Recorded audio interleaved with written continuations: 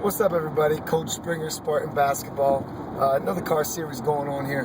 Hey, real quick, just thought about some things, and I think this is so imperative in everybody, in every form. Obviously, I deal with a lot of basketball players, so I think of basketball players when I'm speaking this. But a lot of times, progress doesn't always happen at the speed with which we want it. You know, they say progress is a process. I think we've talked about that before in these car series. And so it can be sometimes frustrating. I mean, obviously, that's why you set goals. You kind of track and measure yourself against those goals. But some of the stuff that happens within a process, it takes time. It takes that compound effect. It takes days and days, multiple efforts and attempts in whatever you're doing. And right now I'm kind of thinking skill development with basketball. But I mean, I think it's true to everything.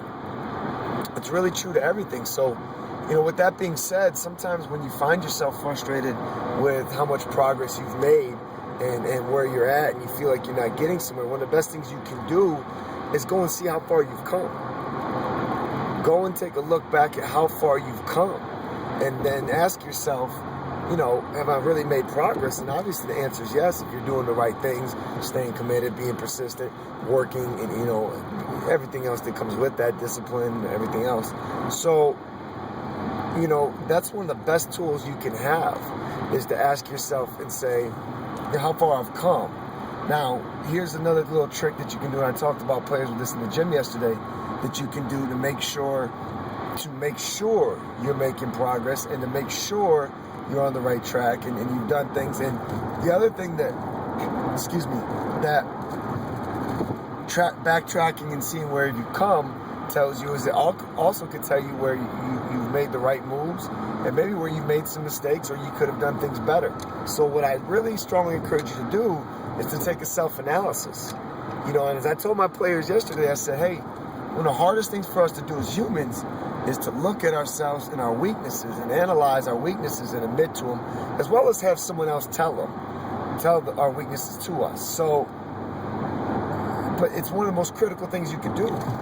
You know, I mean, as a basketball player, as a coach, as a father, as a husband, as an entrepreneur, and everything I do, even as a soldier, I find that's one of the biggest things you can do that really helps and promotes progress and growth, is taking that self-analysis. And it's not just about your weaknesses, but it's about your strengths as well.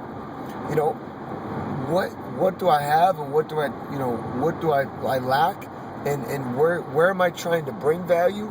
Where is value needed from me? Am I providing that with my strengths? Do I need to build that? And then you can make a plan for your progress based on that. Now, understand it takes usually 3 times as long to build a weakness into a strength as it does to maintain a strength that you've already built.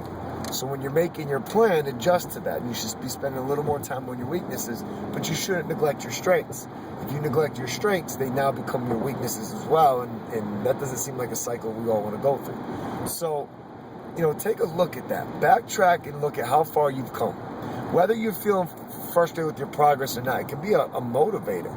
I know sometimes, you know, we talk about staying on Facebook. One thing I do, because I do post so much of what's happened with Spartan basketball and different things over the years, I go way back in Facebook and just look.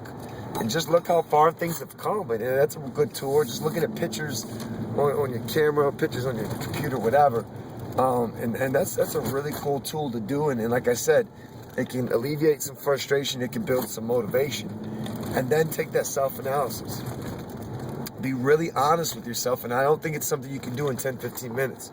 I think it's something that takes some quiet time, some time alone, some real reflection, and asking yourself for the answers that are real. You know, like I said, it can be hard to analyze ourselves, and we got to be able to let that come out. So that's really critical. And then as well, build your plan around those strengths and weaknesses. I'm sorry I got caught up trying to drive here. So make sure you're looking at both and you're planning for that. So that right there in itself, number one, can make a great basketball player.